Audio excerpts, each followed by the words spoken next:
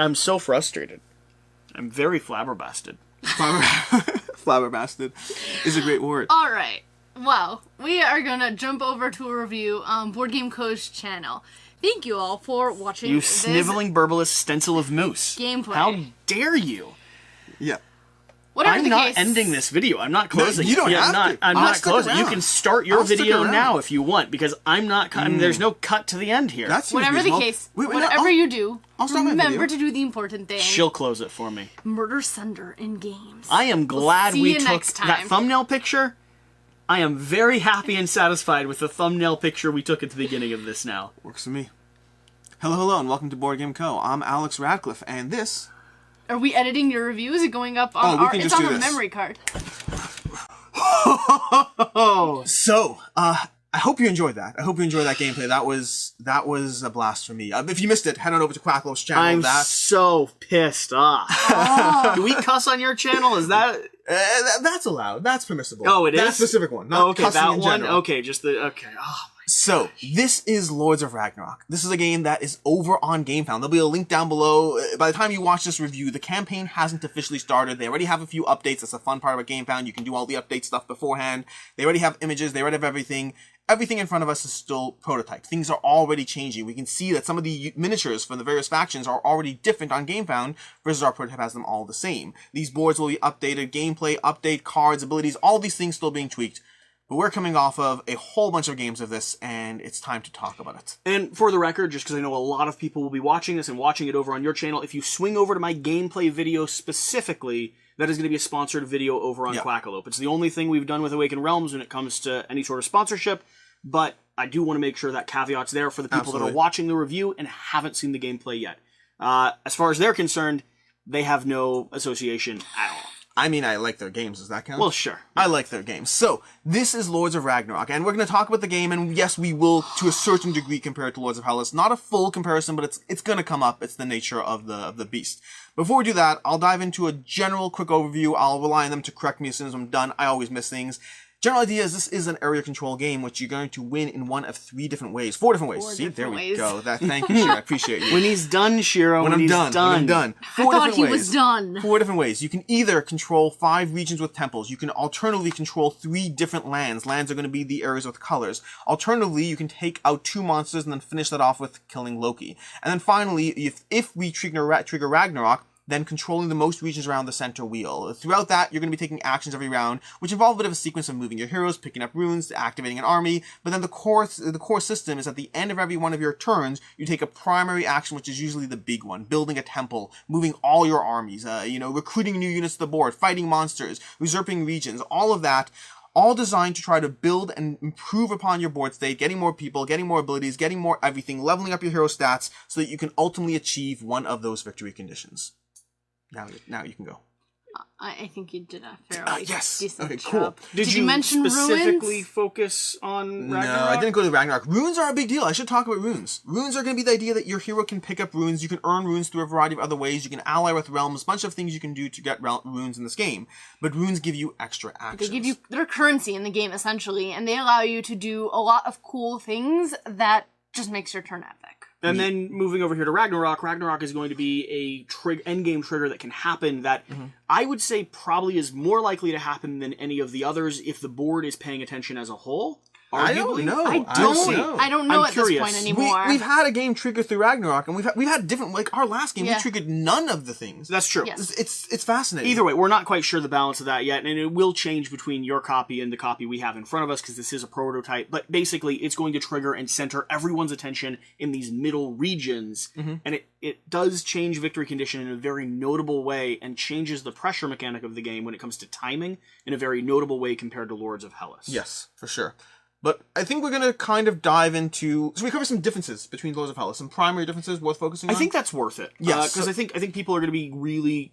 There's already such a big fan base for the original. Yeah. And the question is, what has changed and what's to remain the same? And if you're expecting this to be Lords of Hellas, it's not. It has a lot of the same key ingredients. From a surface level, it's going to seem like it's, to a certain extent, the same game.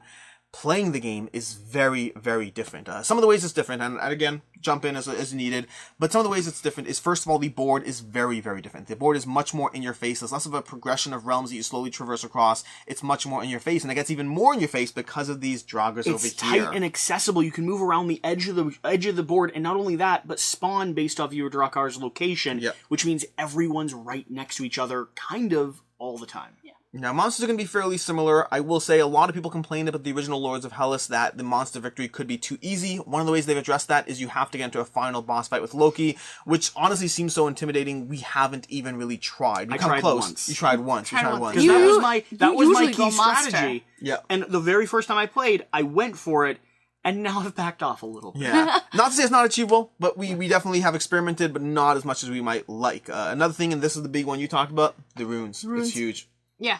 Another thing that's similar is that we are building up monuments that are going to help us increase the stats on our board and just give us more powers and capabilities. And then a big one for me is going to be the way this turn structure works. In the previous Lords of Hellas, you had your own separate board where you took your own individual actions, and that's fine. This one has two things going on with it. First of all, you can ally with different realms around the board, which means when Shira goes to Alfheim or whatever it is, I will get a benefit if I'm allied with that realm. And that gives an incentive to start going to different places you know people are going for. You'll get these side benefits. But then also, going there first is key, because as you go there first, one of the ways to earn runes is people who then go to that action after you will pay you a rune for being the first person there. So that gives a lot more interaction with the way you choose your actions and what you have in mind as you choose them. And I think those are the keynotes. There's some other differences, like the way you have your hero and you have your starting region bonuses. There's definitely some other differences. I think those are going to be the big ones that are worth paying attention to. Yeah, and we'll have other videos diving into this element quite a bit as you look through the campaign page for your Should Your Back It video, or even the video that I've already put out talking about seven major changes here. The flavor of this is different. And if that's your key question, not whether or not this in itself is good, there's going to be other ways for you to dive into that conversation. And so with that, let's focus on this game. Let's get into the review. Let's talk about the game. Do either of you want to go first? Because I have a lot to say. No, I'm going to bounce off of you because I'm very opinionated right now. I can. So let me jump into it. Not that I'm never opinionated ever at any other point. I just have so much to say. I'm trying to be patient. I'll dominate the floor. I'm like, I want to say so many things, and I need to have some structure. Okay. So let me say with the most important thing that I can. I was really disappointed when I first played this. I think it's a good place to start. It's a great place to start. Yeah. I was really disappointed after my first play. Not that it was bad. Not that it was bad at all. But I was trying to play Lords of Hellas, and this didn't feel like Lords of Hellas. And my first play was really disappointing. But it's gotten better. Each play has gotten better. Each time I've dived into this, it has been a better, more streamlined, more understanding experience. And I really like it. We haven't gotten into the details yet. I'm a little all over the place here. I think we all are. You cannot play this game if you are coming at it with the approach of coming into Hellas. Yes. You have to start with a blank slate almost. Yes, there are some similarities, but the differences need to be highlighted because that is how you're going to approach this game. I can also say I was disappointed with the first time or two even that we played. I was like, this doesn't feel impactful. This doesn't feel momentous. I don't feel like I'm doing epic turns. And then slowly as you start figuring out more of the nuances, I think this game really has a lot of nuances that as you start to realize and trigger, your moves become so much better. Now, I know the context, just to give some people some context. Shira loves area control games and loves area control with another core mechanic that kind of makes it interesting or gives her something to hook onto. You love area control games as well, and Lords of Hellas was competing for one of your favorite of all time when you first played it. And as for myself, I really enjoy area control games with a sub-mechanic, the sub-mechanic being the primary, such as drafting and Blood Rage, and Lords of Hellas has never really sung for me. And I know the mechanics, I know the systems. The reason I go monster hunting in Lords of Hellas is because it is that weird sub-mechanic that no one's really paying attention to. No one expects. It's the fun thing for me to do. And I was also skeptical, but more hopeful than either of you when it came to this. Yeah. Lords of Hellas is probably a solid, mid-range game for me, right? Sure. It's not my favorite of all time, but I'm happy to play it. This one was right there with it, with the conversation that we were having privately as we played through multiple games of me going, I think this one can be better. I think this one is better. I see more here. I need it to be refined. I need some things to be changed. We'll talk about all of that.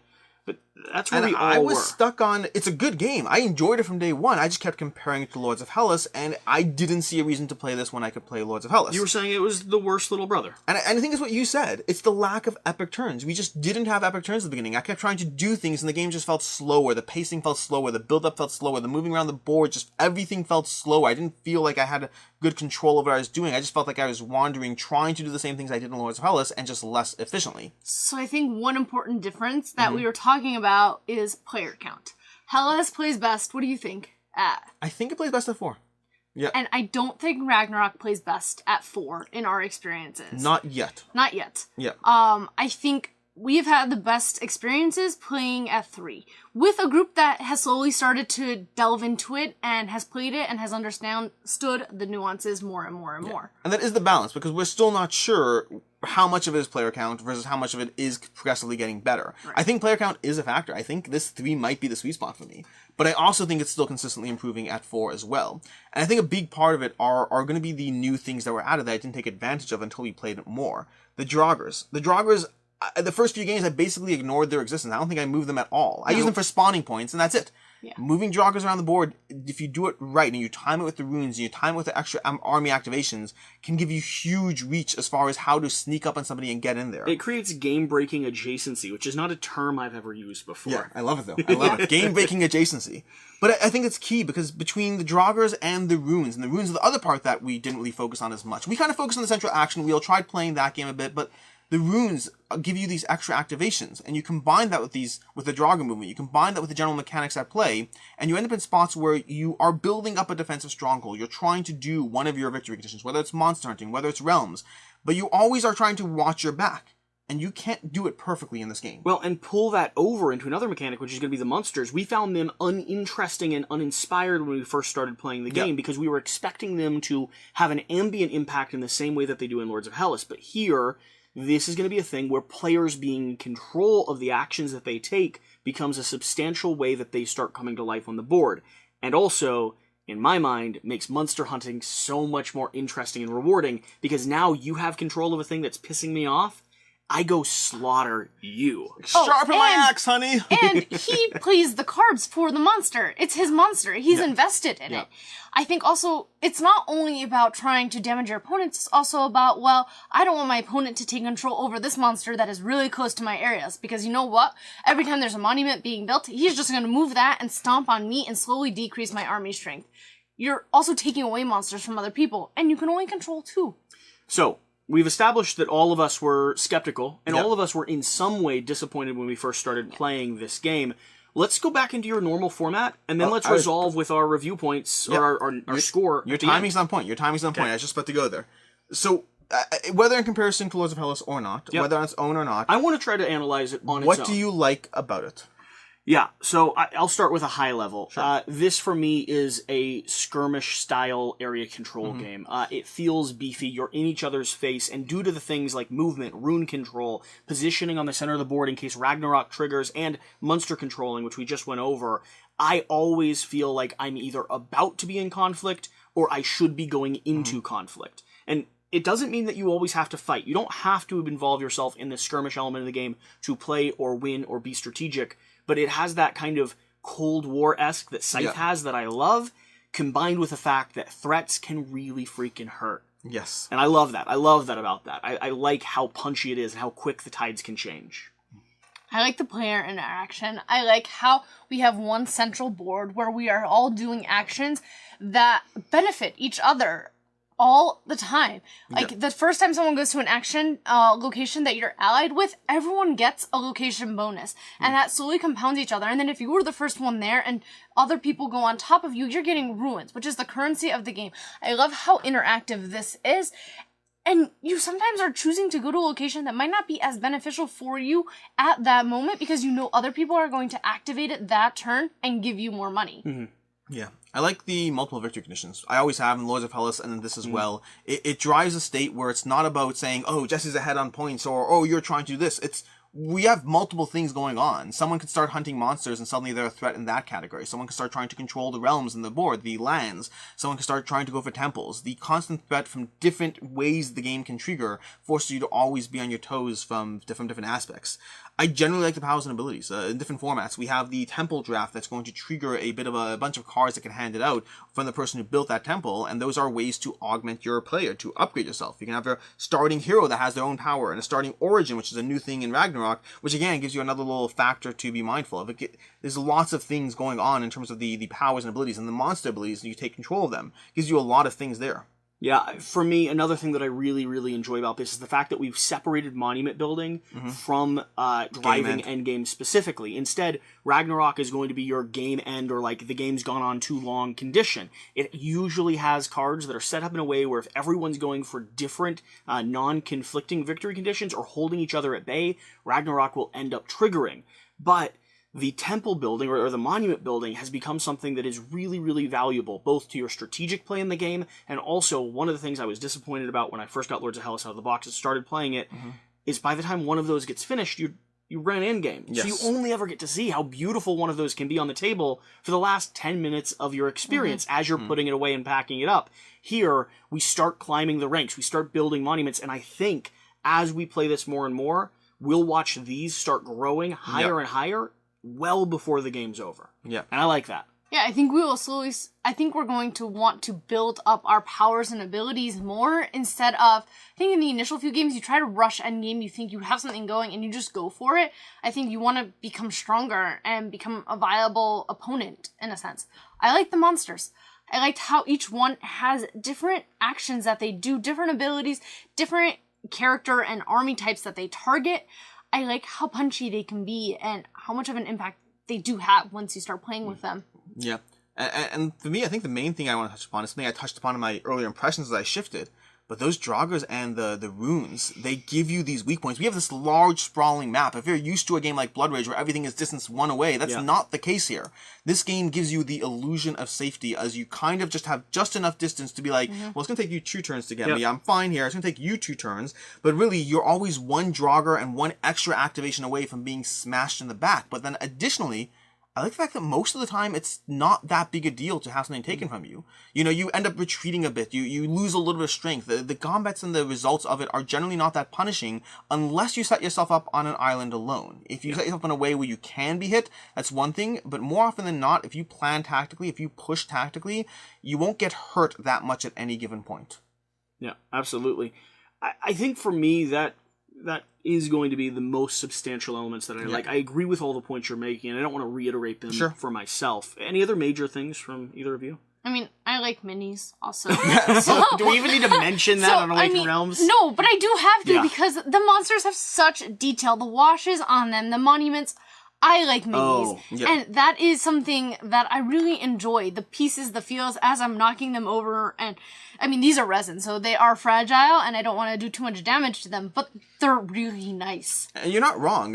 When I first played this game, again, I said I was disappointed. And I thought that I was not going to feel the need to get this one when I already have Lords of Hellas. And there was a part of me at the time that was sad. I was like, but the miniatures are so nice, but I can't justify owning a game I'm not playing. It was, I'm happy I've pivoted a bit on my impression there. Yeah. Which brings us to what we don't like. So I think I'll start off and then we can go round robin again. And some of these are going to be comparison by their very nature. One of the things I do want to touch upon is I don't know yet, and maybe you feel differently. I don't feel that the controlling 3 lands achievement is achievable enough, sustainable enough that it won't be easily broken in 2 seconds. I don't understand. I don't understand with the amount of people you have and how easy it is to access every part of the board. Yeah. I don't really get how it's possible. And it could be sneaking up on people. And it could just be everyone's concentrating on something else, and it could fall through. But I have a hard time seeing the 3 lands being a commonly hit victory condition. Okay. Yeah, I'm curious to see how that develops. My thought would be all 6 people on the board take a activation and spend runes, so you get 2 activations and spread and win basically in a turn. You're saying because effectively the math works out that you need somewhere in the range of 10 regions when you factor it in. So you have your 6 people on the board, you're starting with 6. Let's say you control 5. Yeah. You take a rune activation to activate your armies. And then a mobilization. And then a mobilization activation. I can see maybe the mobilization as a final trigger. I could hear. Yeah. Yep. I am struggling with Ragnarok. Oh, I'm glad you brought that up. So I'm struggling with Ragnarok and the cards specifically. I think some of the cards, and they're randomized, the cards that you pick, and some randomization is actually nice in a game, but I think some of the cards are too hard to achieve, and some of the cards are too easy to achieve. And if you get certain combinations, Ragnarok can be triggered way too early in the game, or there's actually just no opportunity for it to be triggered. I think all the ones that we had this game were too hard for us to trigger accidentally. You had to be going for that. You had to be actually going for Ragnarok as a condition. I think in another game we played, 3 of them were just too darn easy. As you were just slowly leveling up, 35 minutes into a game, and boom, the game was over. They happened coincidentally, and then it was just all a mad rush to a middle.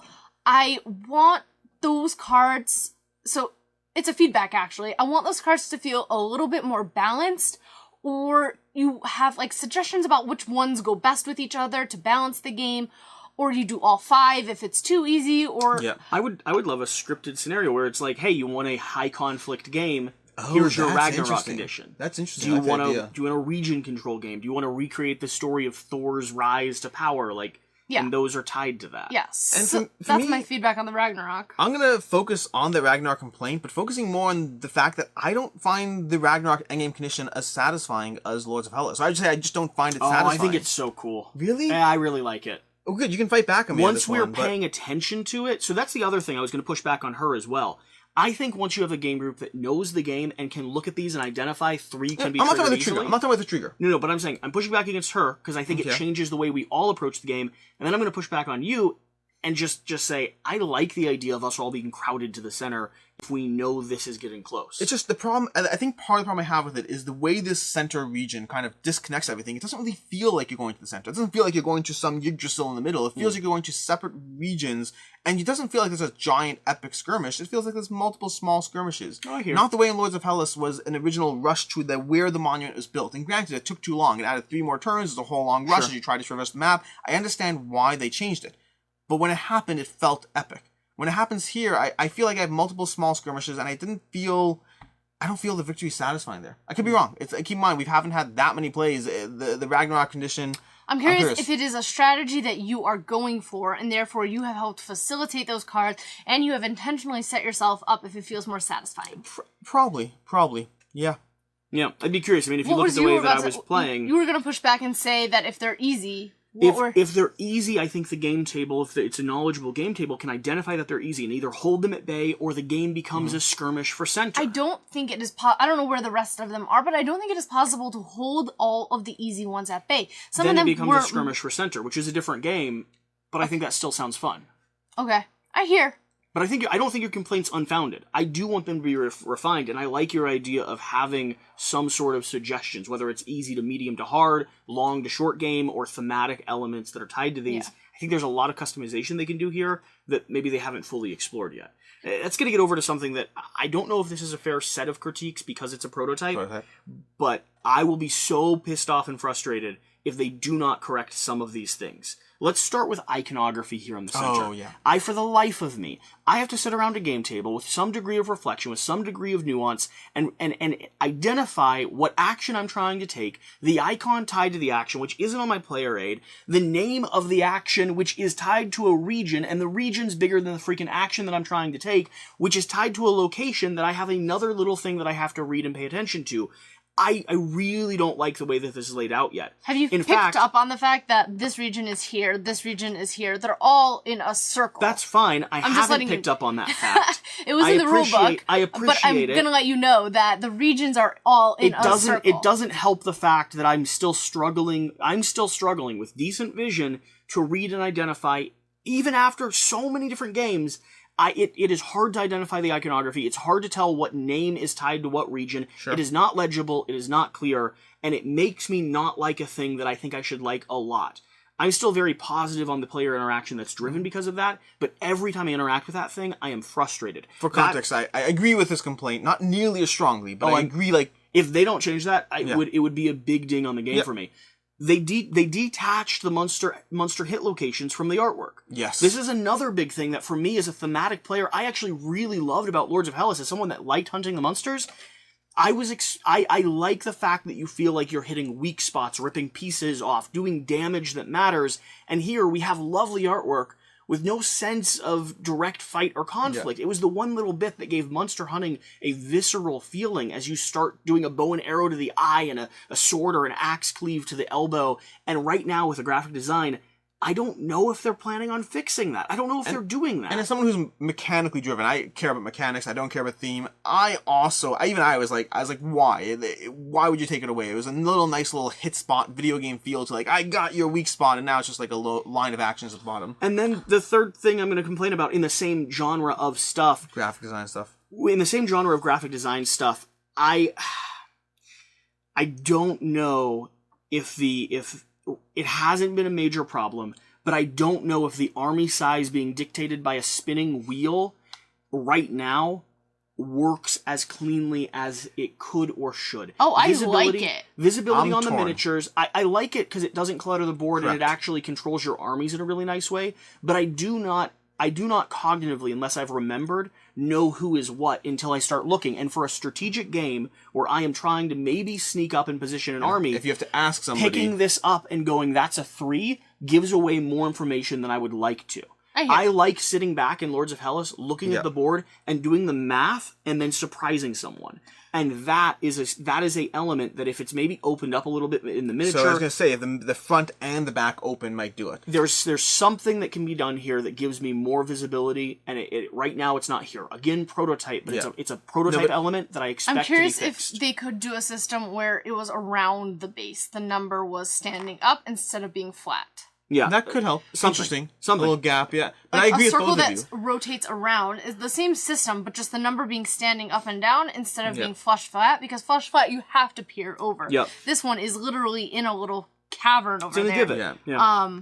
I haven't had a problem with it, but I hear your... So he mentioned that's why hasn't it's a been gentle that much, complaint. yeah. It really hasn't been that big of a deal, but I'm still bothered and a little concerned about it. I agree with both of you. I like the system. It keeps the board from being less cluttered. We have nice larger miniatures instead of tiny sculpts. I like the overall system. And I agree it hasn't generally been a problem. Yep. But there have been the occasional few times where I'm trying to get a little glance at something. So even our last game when I went for that victory condition, I didn't want to ask you any questions. I kind of like eased over, looked a bit, and then eased gently back and waited and hoped no one noticed. So it hasn't been a huge issue, but it is potentially a concern. Yeah, we're working around it. That's a good way of phrasing it. For myself, I think the last thing I'm going to cover that, for myself at least, is I feel a lot of the abilities are not necessarily as good. So let's give a few examples. We have different starting heroes. I think like 4 or 5 of them feel really cool. And then 1 or 2 of them, I'm like, I hope I don't get stuck with that one. They don't feel like they'll actually help my game. Same with these origins. Some of them feel like they could really have a solid impact with a small thing. And then others feel like, I hope I don't get stuck with them. And then again with the blessings. The blessings are like these cards that you only get 2 of them. And one other change from Lords of Hellas is you're going to get fewer blessings in the draft. Can we just pause for a second and say how frustrating reducing the amount of drafting and abilities? Yes. It's one of my, put it up to number 2 or do something. Give me something more. Even if they just put it to 3, I think that difference would be enough. No, I'm saying move 3 up to 2, trigger 1 at 4, and trigger 1 at 6. Give me another. Give me another. No, 3. Yeah, exactly. Give me another blessing draft. But then, and if you're going to do that, if you're going to reduce the number of blessings, I want them to feel at least more powerful. And they don't. Again, same problem. Some of them, very select ones, do, but more so in this game than in Lords of Hellas. Let's say.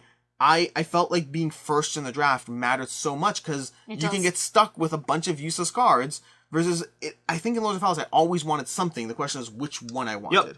I think I want them also to be a little bit more broad. That even if you do get stuck with something, that you can still utilize it a little bit. Or maybe it has options on it, like use this or this. Because depending on the strategy, it could be totally worthless at the end. Yep. Was there anything else you wanted to add? No, I have a criticism. criticism. Think I'm good. Go first. We were talking about monsters. If you have started to attack a monster and you have not completely killed it, another player can swoop in and take over the kill and start racking up the monsters. That's classic. That's fine. Well, I don't like that mechanic. And they also corrected it a bit. So I don't like that mechanic at all. I agree and disagree. I'm completely with you on that. I generally do not like the mechanic of sweeping and getting the kill. The balance why it doesn't bother me that much here is, first of all, they corrected the endgame thing of going for endgame. That's So what I was talking about. Loki as being a final monster, you can only attack Loki once you defeat a 2, so that part's gone. The general mechanic's still potentially a concern. The reason it's balanced to a certain extent is because when you target these monsters, the first person to attack, it's likely going to get all the benefits by The targeting But they have to have those specific cards with those icons on them. If you end up not getting those and somebody gets the endgame bonuses and the monster, yeah, that will absolutely be frustrating. Also, I don't know how Loki balances it. If someone has worked hard to try and take down monsters, they have done, let's say, half of the work for you. You rush in and take down the second half. You take down the second half. You have 2 monsters under your belt. You can easily go in and take down if someone. you manage to sweep in both kills, then yeah, That's you can what go I'm for saying. Loki. Yes. Someone has to be also in a monster hunting position and capacity. They have to be sub-competing for you, which means it's a bit more give and take than just randomly stealing them. No, I agree with the concern theoretically. For me, I don't know if it bothers me as much. In general, I hate that mechanic. In general. It's just, it's a mechanic that bothers me. Yep. Anything else, or we move on to final thoughts? I thought I had something else, but I don't. I remembered it, and then I knew I had the abilities. Midway through final thoughts, you can pop up. I know an easy way to correct it. As you're targeting the monster, you place your own color on it. It doesn't matter if you leave your own color on it. The next person who attacks it has to place their own color on it. It both gives them the ability to get the bonuses, and they also have to kill the entire monster themselves. So potentially corrects it if you have that aspect, but yeah. I mean, again, I hear it. It doesn't personally bother me, but yeah. Anything else you remember your final thing, or? I haven't. No, not so much. No, I think it had to do with abilities and the abilities and things. Well, abilities and the draft mechanics specifically. Gotcha. Yeah. So we'll move to final thoughts and review, final thoughts and ratings and all that, and again ratings with the caveat, prototype things and development, all that Any stuff. thoughts on artifacts before you guys? I'd like more. I like more. Yeah. I want the ability to get them more. Yeah. Yeah. So final thoughts. I guess I'll start this one off. I really walked, like I said already at the beginning, I covered this. I walked into my first play, I was disappointed, I was expecting Lords of Hellas Plus, and I got a different game, and I wasn't playing to its strengths. The more I've played this one, the more I've enjoyed it. I don't know where this one ends up. I've said multiple times over the past several months that obviously I'm only keeping Lords of Hellas or Lords of Ragnarok. I'm not keeping both. Why would I? I don't know if that's true anymore. I think it possibly still is. They have a lot of the same DNA, and a good example I've given to many people is, this is like Azul and Azul Stained Glass of Sintra. They're different games utilizing the same core mechanisms. The difference between the two is those are two $30 games. Owning both of those is not a big deal. Owning 2 epic, long games that give you a ton of stuff to do and a ton of cost and miniatures and all these things, I don't know whether I keep both. Pushback, though, do you actually still think that they have so much similarities? They have the core DNA. The gameplay feels totally different. The core DNA is there. But again, I'm with you on the pushback. I'm with you. I don't know anymore. I honestly don't think the feeling of playing both is the same, and also the player count difference makes a huge difference. In a 3-player gaming group, I would pull out one over the other. In a 4-player gaming group, I would pull out one over the 3 and other. 4 might... Because we have different instances where we have variable player counts in our groups. This game has grown on me. The point is, I don't know. That's the point. I don't know where we'll go. I'm just gonna push back because I want you to keep both so that I have access to both. Oh, right now, we'll see. We'll see where things go over time. I don't know, but Lords of Ragnarok has grown on me more and more with every single play I have. There are things I want to see changed. I still don't know whether some of those things will just improve naturally the more I play it. Maybe suddenly the more strategic we get, the better we get at things. Maybe suddenly those land endgame conditions are actually easier. Yeah. We're still in the early phase of this game. We're still trying to see where it goes and where it develops. For right now, I really like it. I gave Lords of Hellas, for context, I gave Lords of Hellas a 5 out of 5. Mm-hmm. I'm going to give this one a 5 out of 5 tentatively. Ooh. Tentatively. Wow. Tentatively. I'll tell you why. I was not expecting that. I'll tell you why. If I compare the... I'm so excited for you. If I judge this based on the last few plays we've had, it's a 5 out of 5. Yeah? If this somehow returns and reverts to some of the earlier plays, then it goes back to a 4 out of 5. But I think it's only been getting better every time we played it, and so I don't think it does go down. I think it stays where it is. I think it's neck and neck with Lords of Hellas. I think we were there with you for play 2, I believe. Yeah. And way back then at play 2, you were not. Oh no, where you are now. This is fun for me to watch. Yeah. Well, that's me. One of you can take it. You next. Cool, I'll hop in here. I think for myself, this is hands down better than Lords of Hellas, which is not a hard competition because Lords of Hellas is like Good a for you. medium 3. Yeah. I got it recently. We did an unboxing on the channel. I showcased it. I've played it a few times since then. And it just, I struggle to enjoy the area control of it as much as other people seem to enjoy. Sure. This is not that. This is a little bit more helter-skelter, a little bit more messy, has the framework of it, but it's tighter. I feel like it plays quicker, plays better at a lower player count, and is more like a skirmish experience as opposed to an area control game or a tactics game. I have my complaints. I have major complaints, and that's going to keep this down at a very solid, if not low 4. I was like, George, what does it say 3? I was gonna say 4.3 or so. Yeah, I gotcha. This is not a perfect game for me, and it's not a straight 5 out of 5. To be clear, the 5 is still based on the idea and the assumption that the things that I think are nitpicks that can easily be cleaned up, I think they will be. But if they're not, even with I'm just surprised you consider this a game that you will be like by your category. 5s are games that you always want to play, and that you're upset if your friends don't want to play. Well, he's changed that definition. I've slightly changed the definition. Okay. Yes, but in fact, arguably, we can get into it. Yeah. Okay. Either way, I'm going to be sitting at a very solid, if not low 4 for this one, and I don't know that I see it getting up into that higher 5 out of 5 range for me. It would need to be multiple plays with a finished version with my personal complaints addressed. Sure. And I don't expect the publisher to do that. But the game is great. I'm super excited to be able to play it and demo it and show it off. I want to try it out again. I want to get more gameplays of this to the table. This is one of those prototypes that I could see us pulling out and playing past the point where GameFound is still operating. Yeah. Just because it's fun and because I'm bitter off of this last game and I want to see if I can do something different or better. And every time I've played, I've iterated on the experience that I'm going for. Whereas in Lords of Hellas, after about, I'm probably at like 8 to 10 plays. After about the first 4 or 5, I started just doing the same thing. And that's fun for me, but it's not a 5 out of 5. Cool. I'm very much in the same boat as you, Jesse. This is a low range 4 for me. I think this is a great game. There are some critiques that I would like to see addressed. But the issue for me is that this game falls into a genre that is my all-time favorite genre. Area control, skirmish-based games. And when it is in that genre, there are so many games that give me access to so many powers and abilities. Yeah. I want to feel more powerful. I want to have every turn being epic. More mechanics. And so, yes, it's not fair to always compare games to other games within that genre, but this is such a tight genre for me, and when I am saying this is the game that I want to pull out every single time when I'm asked, what area control game do you want to play, this won't be it.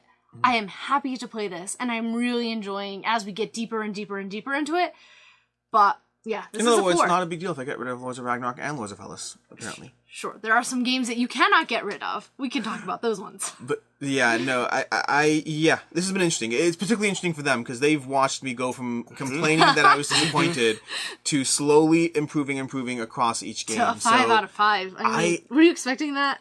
I wasn't. Yeah. I was expecting he was going to be resting at a 4 with me. Yeah, it's balanced. It's balanced. It depends on the problem, the specific concern. Like we talked about this. We talked about the idea of like, what if we compare this to where Lords of Hellas was as a prototype? Yeah. Because the big problem I have with it is I have complaints. I do. But I think they're mostly prototype complaints. And so I don't want to jig it based on that. That's the thing. So the biggest concern for me is when I look at it and I compare it against Lords of Hellas, I don't currently know which one wins, which means it has to be the same rating. Obviously this is a tentative rating because this is still a prototype, and I'm sure we will give another review. I love once it. The 5 out of 5, perfect out. Game from Board Game Co. Sign it, dot it, cross the I's, dot the T's, whatever you want. Whatever the case, whatever you do. That's not how you end your videos. I know, those are your Remember videos. to do the important thing. Get out and play some games. Get out and play some games. We'll see you next time. Thank you. Cool.